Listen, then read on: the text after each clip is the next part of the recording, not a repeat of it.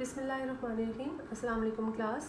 कल हम बेंजीन के स्ट्रक्चर को डिस्कस कर रहे थे और उसमें हमने देखा था कि ओपन चेन स्ट्रक्चर बेंजीन के लिए राइट किए थे 3 पॉसिबल स्ट्रक्चर्स, और फिर हमने उनको डिफरेंट एक्सपेरिमेंटल टेक्निक से रूल्ड आउट किया था कि they were not fit for the benzene.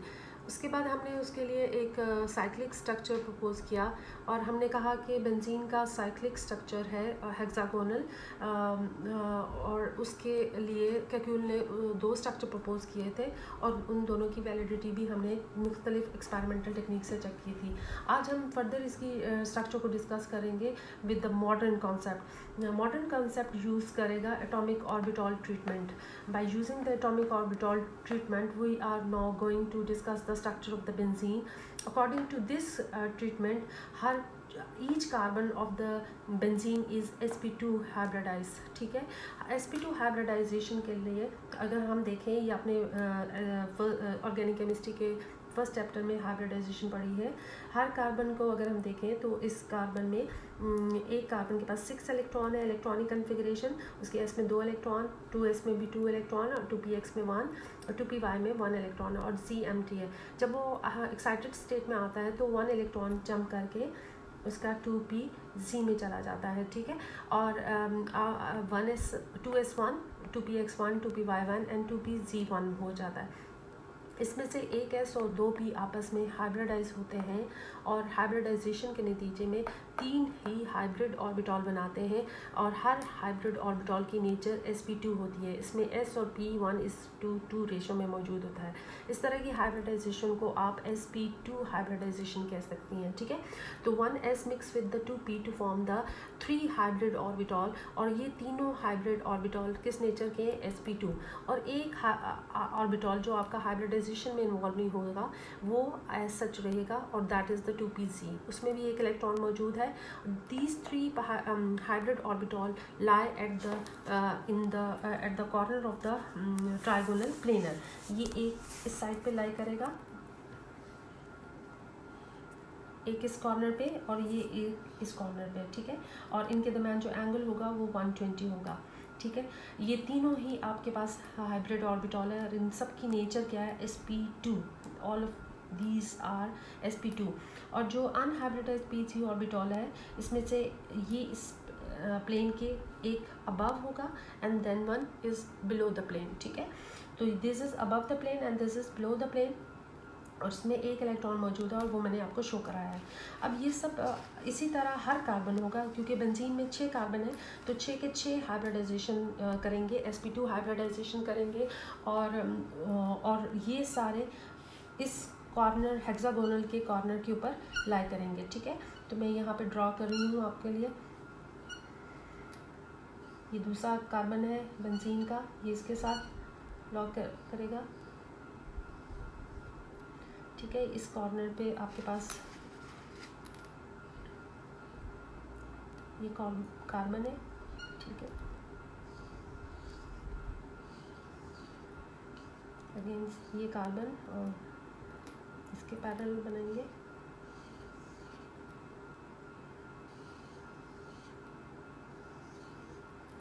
ठीक है, ये कार्बन हो गया।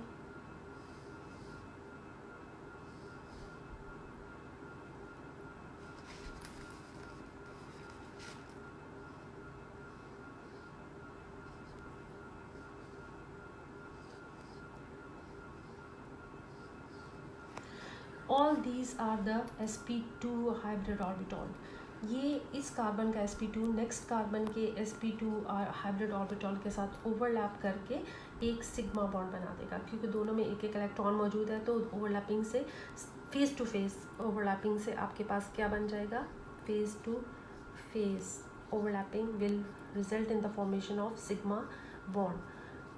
और ये एक सिग्मा बन गया, ये बन गया दूसरा, ये तीसरा बन गया, ये चौथा, ये 5th one and this one is the 6th one. All are form by the sp2 over hybrid orbital overlap with the 1 carbon with the sp2 hybrid orbital of the neighboring carbon। ठीक है, अब इस तरीके से आपके पास 6 sigma bond बन जाएंगे और ये 6 sigma bond sp2 sp2 overlapping से बने हैं, ठीक है। बाकी हर कार्बन के पास एक एक sp2 हाइब्रिड ऑर्बिटल पड़ा हुआ है, और वो किसके साथ ओवरलैप करेगा? हाइड्रोजन के साथ। आपको पता है हाइड्रोजन में एक इलेक्ट्रॉन होता है जो उसके 1s में मौजूद होता है, और इसकी शेप कैसी होती है? Spherical. So this is 1s और इसमें एक इलेक्ट्रॉन मौजूद है, ठीक है। ये इसके साथ ओवरलैपिंग करेगा यहाँ फेस टू फेस, और अगेन सिग्मा बॉन्ड बनेगा, ठीक है।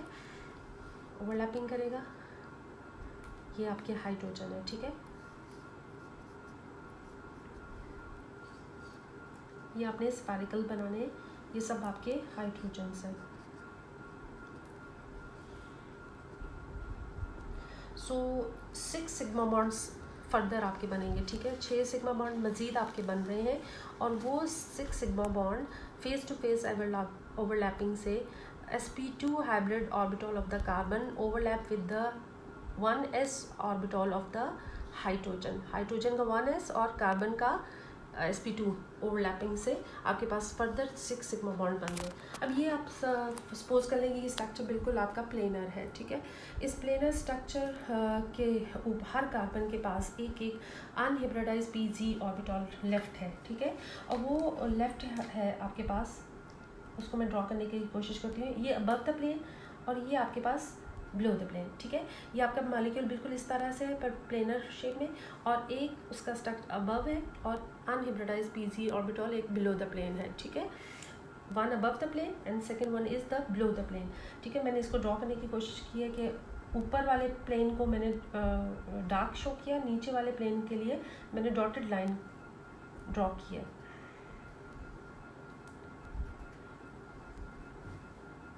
ठीक है। ये सारे के सारे ग्रीन कलर में आपके पास अनहिब्रिडाइज्ड pz ऑर्बिटल है, और इन सब में आपके पास एक एक इलेक्ट्रॉन मौजूद है, 1 इलेक्ट्रॉन सबके पास मौजूद है। अब ये इलेक्ट्रॉन चूँकि मूव कर रहे होते हैं इस तरह से, बहुत तेज़ी के साथ मूव कर रहे होते हैं, ठीक है। तो कभी ये ऊपर चले जाते हैं और कभी ये नीचे आ जाते हैं। जब ये ऊपर होते हैं तो ऊपर वाले लोब के साथ ओवरलैपिंग करेंगे। अब यहाँ पे कौन सी ओवरलैपिंग हो रही है? साइड वाइज, और साइड वाइज ओवरलैपिंग को आप क्या कहते हो? Pi bond. Side wise overlapping के नतीजे में आपके पास क्या बॉन्ड बनता है? हमेशा साइड वाइज के साथ side wise overlapping result in the formation of pi bond, ठीक है। तो आपके पास पाई बॉन्ड बनना है। ये अगर इसके साथ कर रहा है, या ये इसके साथ ये इसके साथ कर रहा है, या ये इसके साथ, तो टोटल आपके पास 3 पाई बॉन्ड्स बनेंगे, ठीक है। अब यहाँ पे देयर इज़ अ चांस कि आपके ये इलेक्ट्रॉन इसके साथ बॉन्ड कर रहा है, या ये, इसको मैंने अलग से यहाँ पे शो किया है कि देयर इज़ अ 2 चांस। ये अगर हम इसमें इलेक्ट्रॉन प्लेस कर दें, ये सारे 2 pz's हैं जो perpendicular to this plane of molecule है। So there is a chance कि ये इसके साथ ओवरलैपिंग करे, ये फिर इसके साथ कर लेगा, देन ये इसके साथ कर लेगा। तो एज अ रिजल्ट यहाँ पे जो स्ट्रक्चर बना है, यहाँ पे ये डबल बॉन्ड बन जाएगा, एक डबल बॉन्ड यहाँ बनेगा और एक ये डबल बॉन्ड बनेगा, ठीक है। Again there is another chance कि अगर ये इलेक्ट्रॉन यहाँ मौजूद है तो देयर इज़ अ चांस कि ये इसके साथ करने के बजाय ये इसके साथ कर ले, ये इसके साथ कर ले और ये इसके साथ कर ले। तो आपके डबल बॉन्ड कहाँ बनेंगे? यहाँ, यहाँ और यहाँ। So there is equal chance कि ये इसके साथ ओवरलैपिंग कर सकता है या इसके साथ पढ़ सकता है। तो दो स्ट्रक्चर लिख सकते हो बेंजीन के लिए कि जब ये इधर ओवरलैप करेगा। अब क्यों करेगा? बिकॉज इसका जो फासला है वो इसके और इसके फासले के बराबर है। अगर वो इस तरफ कर सकता है तो देयर इज़ इक्वलिटी, वहाँ पे उतना ही चांस है कि ये इसके इस साइड पर भी ओवरलैपिंग कर ले, ठीक है। तो जब चांस बराबर है तो दैट्स वाई हमने इसके लिए 2 स्ट्रक्चर हम लिख सकते हैं। और ये स्ट्रक्चर लिखने की वजह ये है कि because all the pz orbitals are lying at equal distance. जबकि क्यूल ने क्या कहा था आपको? क्यूल ने कहा था कि आपके जो बॉन्ड हैं वो फिक्स्ड है, बॉन्ड फिक्स्ड है, और उसमें 3 आपके पास डबल बॉन्ड है, क्योंकि उसने कहा था alternate double and single bond benzene के स्ट्रक्चर में मौजूद है।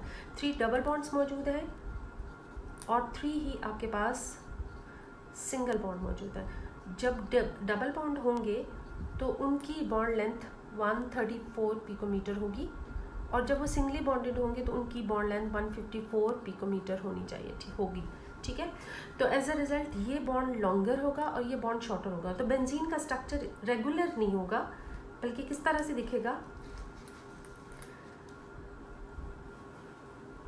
कि जहाँ से वो डबली बॉन्डेड है वो शॉर्टर है, और जहाँ से वो सिंगली बॉन्डेड होगा वो लेंथ में बॉन्ड बड़ा होगा, फिर शॉर्टर आ जाएगा, फिर आपका बड़ा हो जाएगा, फिर आपका शॉर्टर हो जाएगा, और फिर आपका बड़ा।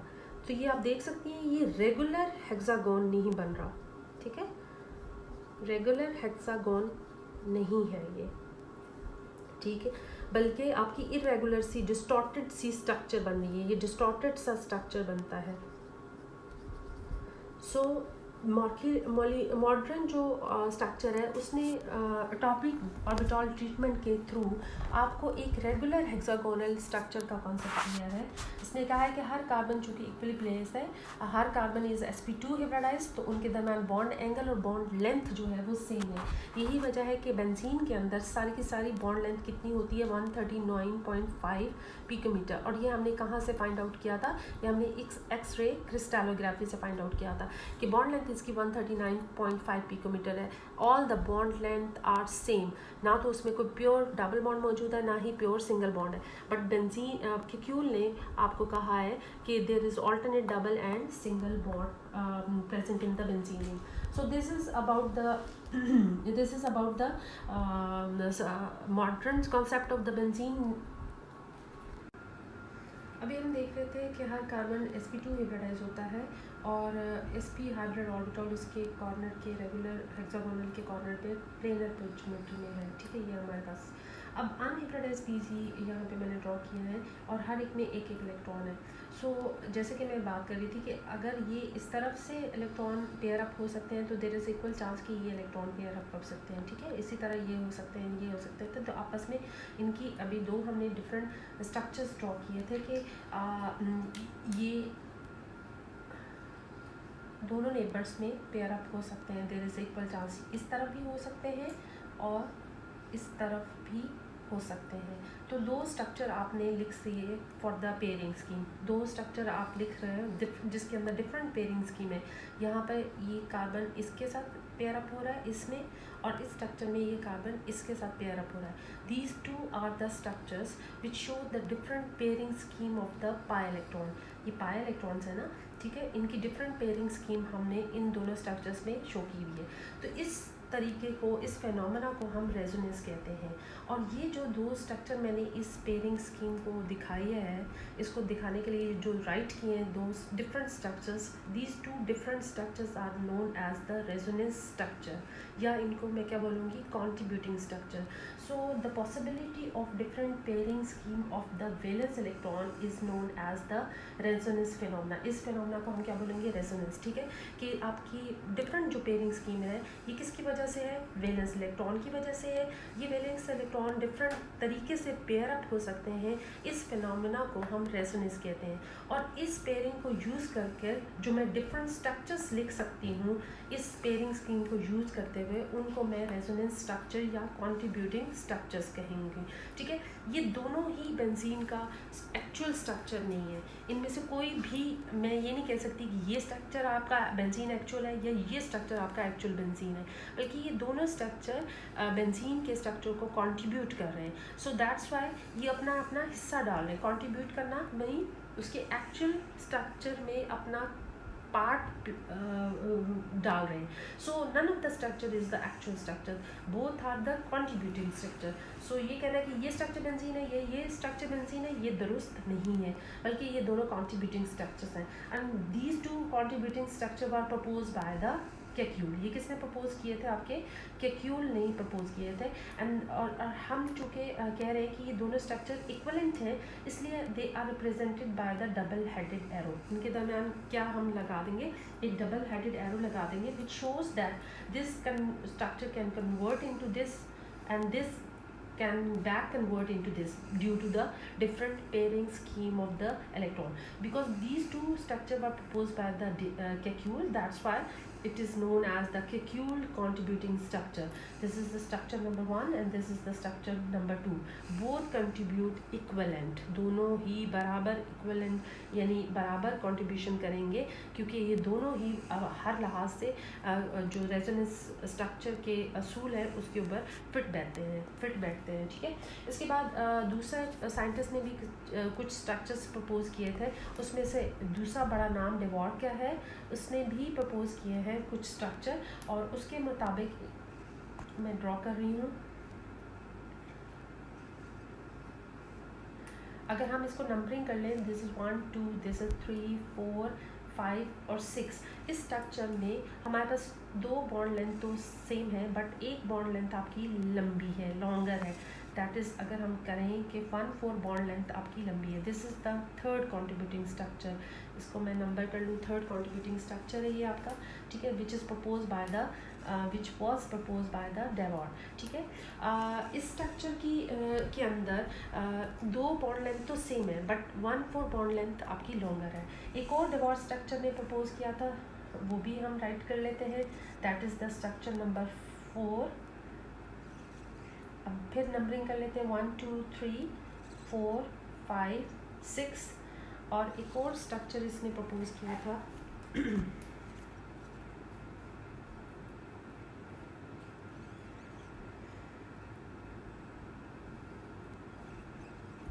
वन टू थ्री 4 5 एंड 6, ठीक है। इसमें आपके पास 3 और 6 कार्बन की bond length longer than other 2, और इसमें आपके पास 2 और 5 carbon bond length is longer than the other 2। This is structure number 4 and this is structure number 5, ठीक है। Because they are all contributing structure. अभी मैं इसमें सिर्फ फ़र्क क्या है कि पेयरिंग स्कीम डिफरेंट है। यहाँ पे अगर हम इसी वही नंबरिंग स्टार्ट करें, 1 2 3 4 5 6, तो यहाँ पर 2 का इलेक्ट्रॉन 3 के साथ पेयर अप हो रहा है, 4 का 5 के साथ और 1 का 6 के साथ। और यहाँ पर क्या हो रहा है, 1 का 2 के साथ, 3 electron pair up with the 4 and 5 electron pair up with the 6। यहाँ पे क्या आ रहा है, 2 electron pair up with the 3, 1 electron pair up with the 4 and 6 electron pair up with the 5। यहाँ पे क्या हो रहा है, 1 electron pair up with the 2 and then 4 electron pair up with the 5 and 3 electron pair up with the 6, ठीक है। और इसी तरह यहाँ पे भी आपको 1 पेयर हो रहा है 6 से, 2 5 से एंड 3 4 से। तो आपको अगर ये देखें तो हर इलेक्ट्रॉन, हर कार्बन 1 2 के साथ भी पेयर अप हो रहा है, 1 3 के साथ भी हो रहा है, 1 4 के साथ भी, 1 5 के साथ भी, 1 6 के साथ भी। इसी तरह 2 भी ऑल कार्बन के इलेक्ट्रॉन के साथ पेयर अप हो रहा है। सो इन सब स्ट्रक्चर में बारी बारी यही सब कार्बन के साथ हुआ है। So this structure can be converted into this and this structure can be converted into this. So this is also the resonance structure और the contributing structure of the benzene. This is also, तो ये भी inter converted है, इसलिए इनके दरम्यान भी हम क्या लगाएंगे, double headed arrow. All these are known as the contributing structure और द रेजोनेंस स्ट्रक्चर। इन सबको हम क्या बोलेंगे, रेजोनेंस स्ट्रक्चर या कॉन्ट्रीब्यूटिंग स्ट्रक्चर्स। ये सारे स्ट्रक्चर्स मैंने किसके लिए लिखे हैं, फॉर हमने किसके लिए लिखे हैं, these are written for the sake of actual structure for the benzene. इनमें से कोई भी एक्चुअल स्ट्रक्चर नहीं है, ये सब एक्चुअल स्ट्रक्चर को कंट्रीब्यूट कर रहे हैं। अब किसका कंट्रीब्यूशन ज़्यादा और किसका कंट्रीब्यूशन कम है, ये हम देख लेते हैं। चूँकि कैक्यूल स्ट्रक्चर के अंदर सारी की सारी बॉन्ड लेंथ सेम है, ठीक है, इसलिए इन दोनों स्ट्रक्चर का कंट्रीब्यूशन ज़्यादा है, ऑलमोस्ट 80% है। और चूँकि यहाँ पर मैंने आपको बताया कि एक एक बॉन्ड लेंथ बाकी दो बॉन्ड लेंथ से लॉन्गर है, यानी एक carbon atom bond length longer है, यहाँ पे 1 4 3 6 और यहाँ पे 2 5। दैट्स वाई ये तीनों स्ट्रक्चर लेस कंट्रीब्यूट करेंगी to the actual structure of benzene, और Kekule structure contribute more to the actual structure of the benzene. ये कितना कंट्रीब्यूशन करेंगी, ये तकरीबन 20% कंट्रीब्यूट करेंगी, और आपका कैक्यूल स्ट्रक्चर जो है वो 80% कंट्रीब्यूट करेगा। सो ये क्यों ज़्यादा कंट्रीब्यूट कर रहा है, इसकी रीज़न भी मैंने बता दी है कि all the bond length are equivalent, so इनकी कंट्रीब्यूशन ज़्यादा होगी, डेवार्ड की कम होगी, बिकॉज उसमें एक बॉन्ड लेंथ आपकी लॉन्गर है। दैट्स वाई वो स्ट्रक्चर थोड़ी सी इम्बैलेंस हो जाती है, ठीक है। सो इनमें से कोई भी स्ट्रक्चर बेंजीन को रिप्रेजेंट नहीं करेगा। बेंजीन का स्ट्रक्चर इन सब का अक्स होगा, कह सकते हैं आप, इन सब का रिप्रेजेंटेटिव होगा। इन सब की कम्बिनेशन से हम बेंजीन के स्ट्रक्चर को फाइंड आउट करते हैं। तो ठीक है, इसके आगे स्पेस नहीं है, तो मैं यहाँ पे इन सब के आगे यहाँ पे लिख सकती हूँ कि दिस बेंजीन का structure is the resonance hybrid of all the contributing structure। इन सब स्ट्रक्चर का रेजोनेंस हाइब्रिड है। This is a sign for the resonance hybrid. और कैसे इसमें हमने कहा है कि एक इलेक्ट्रॉन घूमता घूमता दूसरे के साथ, फिर तीसरे के साथ, फिर फोर्थ एंड फिफ्थ के साथ पेयरिंग कर रहा है, उसके साथ बॉन्ड बना रहा है. So none of the electron is fixed, none of the electron of the two atom are fix. So we can say कि कोई भी डबल बॉन्ड फिक्स नहीं है, बल्कि वो सारे के सारे रिवॉल्व हो रहे हैं, रिजोनेट हो रहे हैं, घूम रहे हैं, चक्कर लगा रहे हैं. और ये double bonds they are not fixed, double bonds are not fixed. ठीक है, फिक्स का मतलब यानी दे आर नॉट लोकलाइज्ड. इनको हम कह सकते हैं दे आर नॉट लोकलाइज्ड, बल्कि they are delocalised, they are delocalised. Electron, pi electron जो है वो उनके डी लोकलाइज हैं. दे, और वो डी लोकलाइज हमने रीज़न भी पढ़ लिया, बिकॉज दे आर इक्वलेंट. ठीक है, हमने देखा है कि बेंजीन के स्ट्रक्चर के अंदर उनकी इक्वल स्पेस होती है, जिसकी वजह से वो हर साइड से ये वाला इसके साथ कर सकता है, ये वाला इसके साथ कर सकता है, इसके साथ कर सकता है, इसके साथ कर सकता है, इसके साथ कर सकता है. लिहाजा जब इलेक्ट्रॉन ऊपर होंगे तो वो इक्वल एक क्लाउड सा बना देंगे, और जब इलेक्ट्रॉन नीचे होंगे तो वो नीचे वाले के साथ क्लाउड बना देंगे. तो बेंजीन का जो स्ट्रक्चर है प्लेनर स्ट्रक्चर है, और इसके ऊपर एक क्लाउड, इलेक्ट्रॉन का क्लाउड नज़र आ रहा है, और इसके नीचे एक इलेक्ट्रॉन का क्लाउड नज़र आता है. ठीक है, और ये क्लाउड किस वजह से? Due to the different pairing scheme of the electron, पीजी और इलेक्ट्रॉन्स. ठीक है, कि कोई सभी पीजी आपस में किसी और के साथ, किसी भी डिफरेंट के साथ वो पेयर अप हो सकता है, और उसके नतीजे में एक क्लाउड सा बना देता है. So above the plane and below the plane आपका एक क्लाउड हो जाता है. सो कैक्यूल स्ट्रक्चर ने जो कहा था कि बेंजीन के अंदर कुछ डबली बॉन्डेड कार्बन है और कुछ आपके पास सिंगली बॉन्डेड कार्बन है. ठीक है, डबली बॉन्डेड में अभी हमने बोला है कि 134 पिकोमीटर लेंथ है, और इसमें 154 पिकोमीटर लेंथ है. तो यहाँ पर अगर ऐसा होता तो क्यों ऐसा होता? क्योंकि उसने कहा है कि there are alternate double and single bonds. ठीक है, बेंजीन के स्ट्रक्चर में क्या होते हैं? ऑल्टरनेट डबल और सिंगल बॉन्ड है. और जब हम ऑल्टरनेट डबल और सिंगल बॉन्ड बनाएंगे, और डबल बॉन्ड की बॉन्ड लेंथ शॉर्टर है as compare to the single bond, तो हमारे पास जो डबल बॉन्ड वाले लेंथ है वो शॉर्टर होंगे, और सिंगल बॉन्ड वाले लेंथ जो होंगे वो लॉन्गर होंगे, इस तरीके से. ठीक है, तो आपके पास एक रेगुलर हेक्सागोन नहीं बनेगा, बल्कि डिस्टॉर्टेड सी शेप आपके पास ऑब्टेन होगी. ठीक है, सो ये जो पॉइंट है ये रिमूव किसने किया? आपके रेजोनेंस ने किया, जिसने कहा कि बेंजीन के तमाम कार्बन इक्विप्लेनर है, इक्विवेलेंट लेंथ पर है, इसलिए लिहाजा उनके पी-जी ऑर्बिटल के पास इक्वल चांस होता है कि वो किसी के साथ भी ओवरलैप कर सकते हैं. And he said molecular orbital treatment से कि all the bond lengths of the benzene, carbon bond length of the benzene are equivalent. वो क्या है? बराबर है. और वो कितनी है? That is 139.5 picometre. ठीक है, और बराबर होने की वजह से फिर उनमें रेजोनेंस का चांस बढ़ सकता है. सो ना तो कोई डबल बॉन्डेड लेंथ को फॉलो करेगा, ना ही सिंगल बॉन्डेड को, बल्कि दे आर इन बिटवीन. ठीक है, 139 ना सिंगल बॉन्ड की लेंथ के बराबर है, ना डबल बॉन्ड की लेंथ के बराबर है, that is the in between है. सो ये सारी चीज़ें आपकी resonance concept of the resonance concept जो दिया है हमने बेंजीन के स्ट्रक्चर के. After resonance structure, now we discuss the stability of the benzene. Benzene is more stable than the unsaturated hydrocarbon. Benzene contains 3 double bonds, pi bonds. So it should undergo addition reaction. इसको addition reaction देने चाहिए, just like the unsaturated hydrocarbons, alkene या alkyne जिस तरह से होते हैं, वो आपके addition reaction देते हैं, उसमें कोई भी चीज़ जाके add up हो जाती है. But क्या होता है reality में? क्या होता है? Benzene is much more stable than that of the unsaturated hydrocarbons. So it will not undergo the addition reaction easily. ठीक है, और addition reaction just like alkane भी आपके क्या होते हैं? आपके एडिशन रिएक्शन नहीं देते, बल्कि अल्केन में सब्स्टिट्यूशन होती है, और उनको हम सैचुरेटेड हाइड्रोकार्बन्स भी बोलते हैं. तो बेंजीन स्टेबिलिटी के लिहाज से it is much more stable than the unsaturated hydrocarbons as compare to the it is much more stable as compared to the unsaturated hydrocarbons. So it will not undergo the addition reaction, instead it will undergo the substitution reaction, just like similar to that of the alkane, which is saturated hydrocarbon. How can we check this stability of the benzene? हम इनकी stability को कैसे check कर सकते हैं?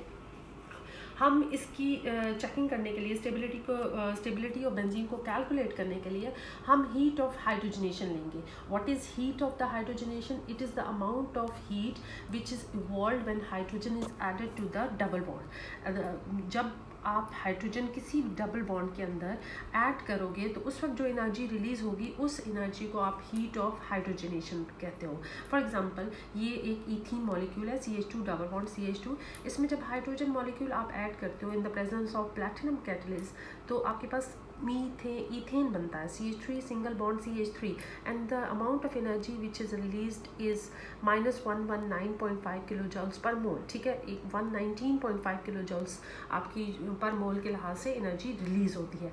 This amount of heat is known as heat of hydrogenation. Its mean कि ethane is much more stable. Ethane is 119.5 kilo joules per more stable than that of the ethene molecule. ठीक है, कि ethane आपका इतने amount stable है इससे, तभी तो वो आप इसकी एनर्जी इतनी रिलीज़ हो रही है. सो हम स्टेबिलिटी ऑफ बेंजीन को चेक करने के लिए हम हीट ऑफ हाइड्रोजनेशन लेंगे मुख्तलिफ़ किस्म के डबल बॉन्ड्स को और उनकी वैल्यूज़ को कंपेयर करेंगे. किन वैल्यूज़ को? दो तरह की वैल्यूज़ होंगी. एक हम थ्योरेटिकल वैल्यूज़ होंगी जो हम कैलकुलेट करेंगे, और एक हम वैल्यूज़ होंगी जो एक्सपेरिमेंटली हमारी फाइंड आउट होंगी. उन एक्सपेरिमेंटली फाइंड आउट वैल्यूज़ को हम ऑब्जर्व्ड वैल्यूज़ कहेंगे, और जो हम कैलकुलेट करेंगे उनको हम थ्योरेटिकल या कैलकुलेटेड वैल्यू करेंगे. इन दोनों के दरमियान जो डिफरेंस होएगा वो एक्चुअली द स्टेबिलिटी की वजह से आएगा, और वो हम चेक करने जा रहे हैं with the help of different alkenes. सबसे पहले हम बेंजीन से मिलती जुलती अल्कीन लेंगे जिसके अंदर एक डबल बॉन्ड होगा, that is cyclohexene. This is one cyclohexene. जब इसको हम हाइड्रोजनेट करते हैं, एडिशन ऑफ हाइड्रोजन करते हैं to fully convert into the cyclohexane, इसको किस में कन्वर्ट कर दिया हमने? साइक्लोहेक्सेन में. तो जितनी अमाउंट ऑफ एनर्जी रिलीज हुई दैट इज़ 119.5 किलो जॉल्स. ठीक है, इसी तरह अगर हमारे पास दो डबल बॉन्ड मौजूद हैं, 1 2 3 4 1 3 साइक्लोहेक्साडाइन, इसका नाम क्या है? 1 3 साइक्लोहेक्साडाइन. ठीक है, जब इस चूँकि इसमें दो डबल बॉन्ड है इस लिहाजा ये कितने हाइड्रोजन को ऐड करेगी? 2 मोल ऑफ हाइड्रोजन. एक यहाँ ऐड हो जाएगा, एक यहाँ. To convert into the cyclohexane, इसको किस में कन्वर्ट करेंगे? साइक्लोहेक्सेन में. तो अगर एक डबल बॉन्ड को रिलीज हाइड्रोजनेट करते हुए एनर्जी 119 रिलीज़ होती है, लेकिन यहाँ पर जितनी रिलीज़ होगी वो कितनी एक्चुअल में कितनी रिलीज़ होती है? 231.5 किलो जॉल्स पर मोल. ठीक है, एक्चुअल एक्सपेरिमेंटली जब हमने इसको हाइड्रोजनेट किया तो इतनी एनर्जी हमारी थर्मोडायनेमिक्स ने कैलकुलेट करके बताया. ठीक है, बट ऑब्जर्व्ड वैल्यू क्या है हमारी? इसी की ऑब्जर्व्ड वैल्यू कितनी है? सॉरी, ऑब्जर्व नहीं, कैलकुलेटेड वैल्यू का है वो हमारी 239 kilo joules per mole. So this is the calculated value है थ्योरेटिकल. क्योंकि अगर हम कहेंगे एक डबल बॉन्ड है तो 119 होगा, तो दो डबल बॉन्ड होंगे तो 119.5 प्लस 119.5, तो it should be 239 kilo joules. कितनी आनी चाहिए? 239. सो this is the calculated value. और लेकिन एक्चुअल में कितनी वैल्यू आई? 231. अब डिफरेंस क्या है? What is the difference? 239 में से 231 माइनस करें तो ऑलमोस्ट तकरीबन 8 या 7.5 किलो जॉल्स हमारी डिफरेंस आता है. This difference is actually due to the resonance energy. ये किस वजह से आती है? Due to the resonance energy, या हम कह सकते हैं कि it is due to the stability. In other words, we can say कि due to the presence of two double bond, this 1,3 cyclohexadiene is more stable and the stability energy is कितनी है? 7.5. इसके अंदर कितनी स्टेबिलिटी एनर्जी है? इसमें 7.5. And this amount of energy will be known as the resonance energy. ठीक है, क्योंकि ये डिफरेंस आ रहा है. So we are going to check the stability of the benzene. Benzene में हमारे पास कितने बॉन्ड होते हैं? 3 डबल बॉन्ड होते हैं. तो it can add 3 moles of the hydrogen. इसको 3 मोल ऑफ हाइड्रोजन ऐड करने चाहिए.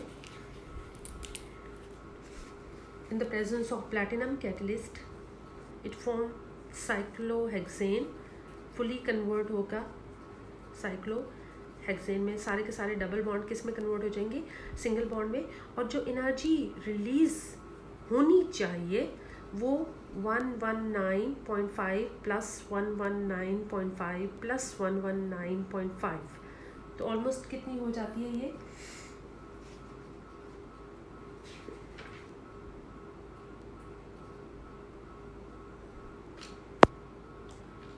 358.5 किलो जॉल्स पर मोल, ठीक है।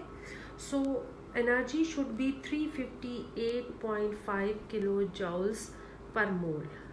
ये कौन सी वैल्यू है, कैलकुलेटेड, ठीक है, कैलकुलेटेड। बट ऑब्जर्व्ड वैल्यू क्या है, ये जो हमने एक्सपेरिमेंटली फाइंड आउट की वो हमने देखी, that amount of energy is 208 kilo joules per मोल।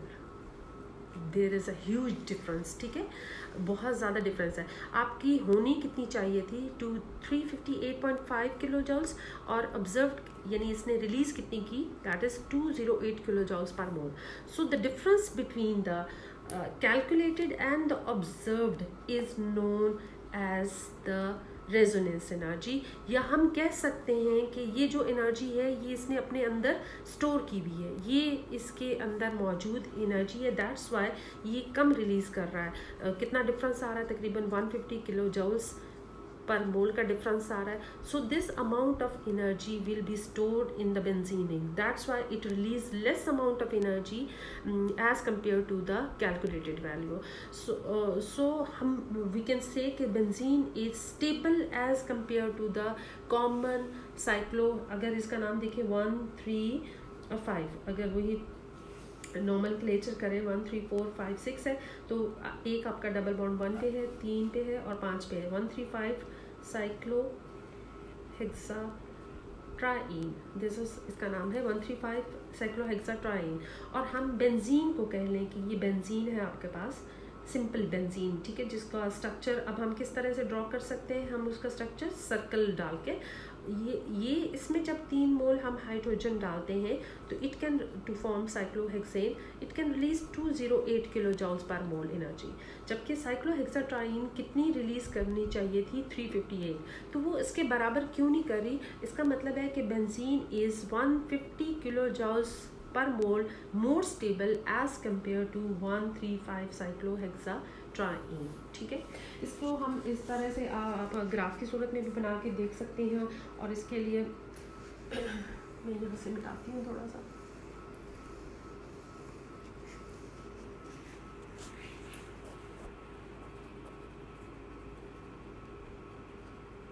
जब एक डबल बॉन्ड था तो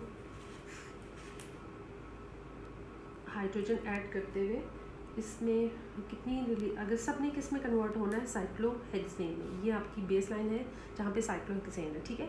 तो ये एनर्जी 119 है, ठीक है, और उस वक्त माइनस साइन के साथ होगी, ठीक है, this is all minus sign, ठीक है, यहाँ पे भी माइनस साइन, यहाँ पे भी माइनस साइन। अब आपके पास जब 2 डबल बॉन्ड होंगे तो इसकी एनर्जी थोड़ी सी ज़्यादा हो जाएगी।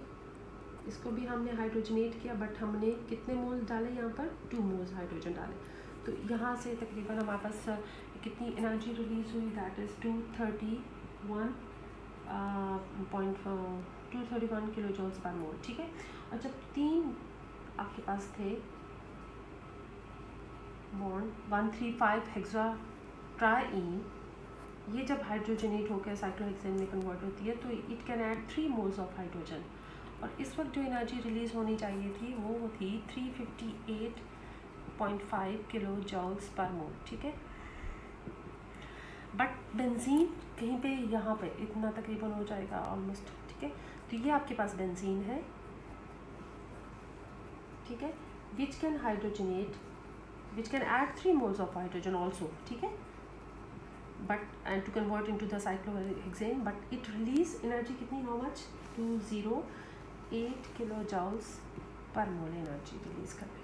सो we can say this difference, ये वाला जो डिफरेंस है, ये जो डिफरेंस आया कैलकुलेटेड और ऑब्जर्व में, this difference is almost 150 kilo joules per mole difference this difference is stored in the benzene ring. That's why it releases less amount of energy. So it is more stable as compared to the cyclohexatriene. And how much time it is, how much stable? It is 150 kilojoules per mole, much stable than that of the cyclohexatriene.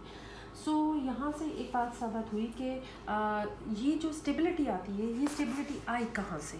ठीक है, benzene के अंदर ये stability उसके resonance की वजह से आई, जो इलेक्ट्रॉन बाय इलेक्ट्रॉन, क्योंकि अभी हम बात कर चुके हैं कि बेंजीन के जो इलेक्ट्रॉन है वो फिक्स्ड नहीं है, they are not fixed just like cyclohexatriene, बल्कि दे आर रिवॉल्विंग. वो क्या हो रहे हैं? रिवॉल्विंग कर रहे होते हैं. तो पकड़ में नहीं आते इजी. दूसरे अल्फाज में मैं कॉमन जबान में इस्तेमाल करूँगी, ये इजी. अगर एक डबल बॉन्ड है, उसको वो अप्रोच करेगा हाइड्रोजन इजीली, तो वो उसके अंदर ऐड अप हो जाएगा. ठीक है, to convert into the single bond. ठीक है, तो यहाँ पे चूँकि ये रिवॉल्व हो रहे हैं, सारे के सारे घूम रहे हैं, तो ये किसी भी रिएजेंट की एडिशन में के लिए पकड़ में नहीं आते. They can not be available for the addition reactions. ठीक है, because they are busy in the delocalizing, they are busy in the revolving. ठीक है, so that's why they are reluctant to undergo the addition reactions. शुरू में बात की थी, पहले लेक्चर में कहा था कि बेंजीन था reluctant to undergo the addition reaction, instead they will easily undergo the substitution reaction. ठीक है, so ये इसकी रेजोनेंस की वजह से इसमें स्टेबिलिटी आ जाती है, और इस स्टेबिलिटी को हम रेजोनेंस एनर्जी कहते हैं. क्या कहते हैं हम? Resonance energy. सो जितने टाइम स्टेबल होगा, जितना डिफरेंस होगा, वो उसकी रेजोनेंस एनर्जी की वजह से होगा. तो यहाँ पे डिफरेंस कितना है? 150 किलोजूल्स पर मोल डिफरेंस है. सो वी कैन से कि आपका बेंजीन की जो रेजोनेंस एनर्जी है वो 150 किलोजूल्स पर मोल है. So benzene is 150 kilojoules more stable than that of the cyclohexatriene. आपके लिए यहाँ पे मैंने हमने स्ट्रक्चर लिखा था, वो जब दो डबल बॉन्ड थे वहाँ पे भी थोड़ी सी रेजोनेंस आ रही है. ठीक है, दो, इसीलिए इसकी जो हीट ऑफ हाइड्रोजनेशन थी वो 231 आ रही थी, जबकि आनी कितनी चाहिए थी? 239. तो यहाँ पे डिफरेंस कितना आ रहा था? 7.5. ये 7.5 इसकी रेजोनेंस की वजह से आ रहा है. यहाँ पे डिफरेंस कम है क्योंकि रेजोनेंस में ये बाकी कार्बन इन्वॉल्व नहीं हो रहे. यहाँ पे डिफरेंस ज़्यादा आ रहा है बिकॉज रेजोनेंस में सारे के सारे कार्बन इन्वॉल्व हो रहे हैं, कोई ब्रेकेज नहीं होता. ठीक है, तो ये फिर थोड़े से एप्लीकेबल एक्सेप्टेबल होते हैं टूवर्ड्स एनी एडिंग स्पीशी, उसके साथ अटैक कर लेते हैं. यही वजह कि यहाँ पे डिफरेंस कम आता है. ठीक है, सो बेंजीन के केस में डिफरेंस ज़्यादा आ गया. जितनी रेजोनेंस ज़्यादा होगी, जितनी डीलोकलाइजेशन ज़्यादा होगी, उतनी ही उसकी रेजोनेंस एनर्जी ज़्यादा होगी. इसका मतलब है कि उतना ही वो स्टेबल ज़्यादा होगा. तो बेंजीन के ऊपर अगर कोई ऐसी चीज़ हम लगा देंगे जिसकी वजह से उसकी रेजोनेंस में इजाफा होगा, तो वो बेंजीन की रेजोनेंस एनर्जी को मज़ीद बढ़ा देगा, और ऐसे रिएक्शन फिर इजीली एडिशन रिएक्शन और उसमें मुश्किल हो जाएगी. ठीक है, तो this is all about your stability of the benzene. I hope कि आपको अंडरस्टैंड हो गया होगा, और रेजोनेंस एनर्जी का भी कॉन्सेप्ट हो गया होगा. So resonance energy is actually the measure of how much the stability of the actual structure of the compound to that of the calculated. ठीक है, जो भी इसका हमने एक एस्टिमेटेड स्ट्रक्चर बनाया है, उसकी कैलकुलेटेड और इसकी ऑब्जर्व में जो डिफरेंस आ रहा है, that is the resonance energy. ठीक है, आई होप कि आपको अंडरस्टैंड हो गया होगा. टिल देन आप कल के लेक्चर में कल तक के लिए हम खुदा हाफिज़ कहते हैं. अल्लाह हाफ़िज़.